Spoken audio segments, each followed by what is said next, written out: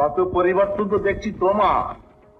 আগে সে কত রাঙা রাঙা ঘামে গন্ধ লাগানো পত্র, পেছনে আবার দিব্যে দেওয়া থাকতো 74.5।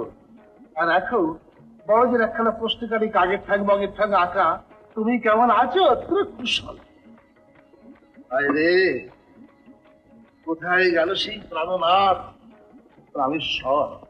এই সেই জনস্থান মধ্যবর্তী।